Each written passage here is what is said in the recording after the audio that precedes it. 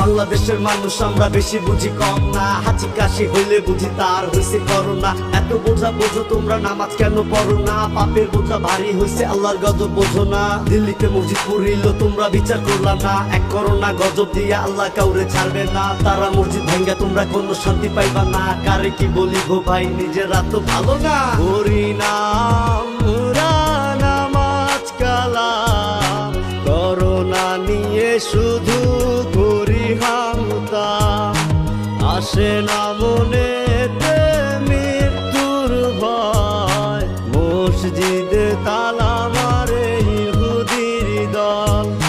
মুখেতে নাই আল্লাহর নাম করতেছো না তওবা, ফেসবুকেতে স্ট্যাটাসে শুধুই মাফ চাইবা।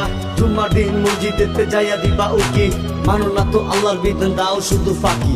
এ কেমন জামানা ভাই, কারো ভিতর ইমান নাই, পাখি করে কাবা তাও সবাই কি তা দেখে নাই। আসুন এবার আসল কথায় সবাই হব সচেতন, করোনাকে দূরে রাখবো বাংলাদেশের জনগণ। হরিনাম নামাজ কালাম করোনা নিয়ে শুধু করি হামতা, আসে না মনে